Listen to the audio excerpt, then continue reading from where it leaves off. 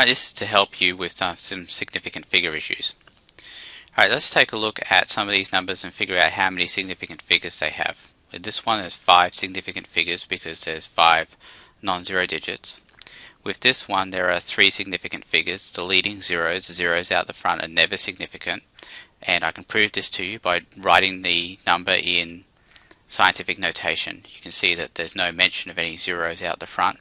It's all tied up in here in the magnitude of the number. So the leading zeros have nothing to do with the accuracy of the number, they only define its size. Trailing zeros that have a decimal point in the trailing zeros after a decimal point will always be significant. So this particular number will have 5 significant figures because these zeros have to be included because they define part of the accuracy of the number. They are part of the number. Again, here we've got trailing zeros that are not, leading zeros that are not significant, and this one has a zero that is significant because it's after the non-zero digits. So this one would actually define part of the accuracy, but the numbers in front only define its size. This one here, there's no decimal point in the number, so all of these zeros are actually not significant. Again, they are tied up in the size of the number, times 10 to the 5th, and the reason we know that is because there's no decimal point in here, so they are just part of the size, so they are not part of the accuracy of the number, and this would be written as 1.8 times 10 to the 5th and would have 2 significant figures.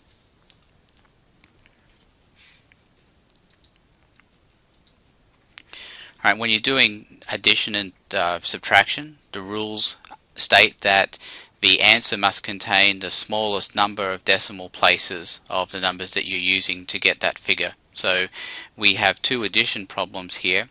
This particular one has 3 decimal places. This one has 2 decimal places. The answer in the calculator comes out to this, but when we account for significant figures, it's going to be 100.0.06 will be the answer there. And what we do here is we say, well, that's got 3 decimal places.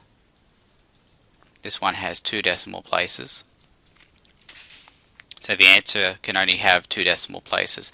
So we take it to the second decimal place. We look at the next number to see whether this is going to go up or down. Well, the next number is a 3, so it's going to stay a 6. Had this been 5 or greater, we would have taken it up to a 7. Looking at this one here, we've got 3 decimal places. Here we've got 0 decimal places, so the answer is going to come out to 0 decimal places. So the answer will be 133. Now what I did here was I looked at the next number. So this would have 0 decimal places. The next number is a 9, so this has to go up to a 3 to round. So the answer would be 133 once we took significant figures into account.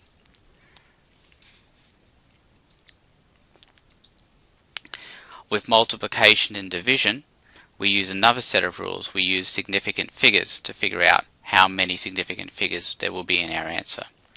In this case, it goes with the smallest number of significant figures. This one has 5 significant figures. This one has 4 significant figures. So the answer is going to come out to 4 significant figures, which will be 1.304. The next digits are 1, so the 4 stays as it is. In this case, we have 2 significant figures. Here we've got 5 significant figures. Remember, these captive zeros will also be significant. These are zeros between non-zero digits. The answer here will come out to 2 significant figures. And if I was to express that as 2 significant figures, it would be 390000000.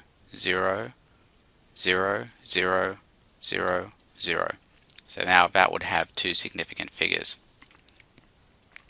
The reason for that is because it has to be the smallest number of significant figures, and since these trailing zeros are not significant, the answer can only have 2 significant figures as well, and expressed this way it would look like this with all these zeros after it. Again, the 2600 here is going to be below 5, so this 0 is going to stay the same.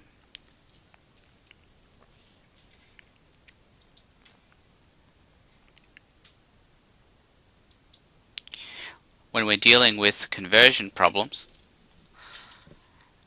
the answer will contain the least number of significant figures, and generally speaking that will be the number that we're actually starting with. And if we're starting with 16.00, we're going to come out with, in our calculator,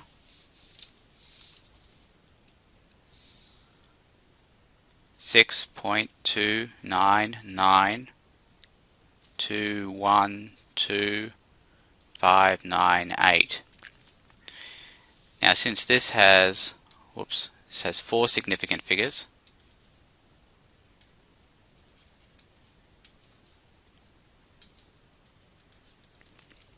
then, and this here is an exact number, and it has infinite significant figures.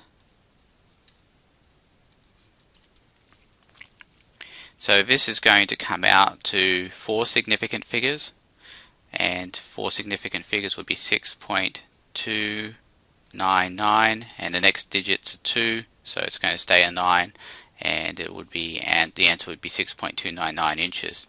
Now going back to this, you can look at the conversion chart, and anything that has this number of significant figures, if it looks like it's just a 1, then it's infinite.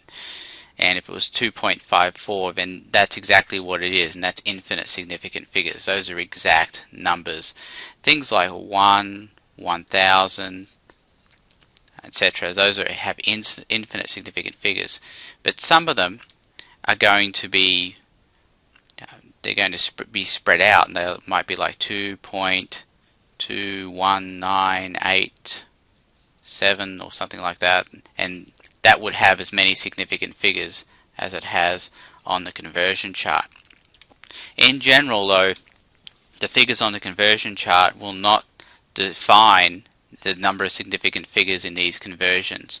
It'll always be the number we actually start with that will define how many significant figures we get at the end, and that's the entire point of that.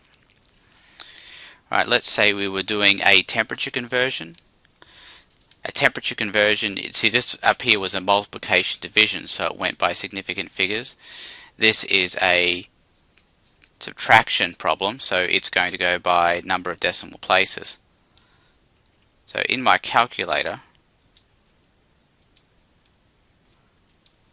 this one's going to come out to be 182.85 degrees Celsius. Now, again, since we're looking at a subtraction problem, we're going to have to deal with a number of decimal places. So this has 0 decimal places, this has 2 decimal places, and the answer is going to have to come out to be 0 decimal places. So this isn't correct, it's going to be 183 degrees Celsius. That'll be the final answer on that one. And again, what we do is we look to the 0 decimal places, which would be 182. We look at the next number, it's an 8, so the 2 needs to be rounded up to a 3, and it becomes 183 degrees Celsius.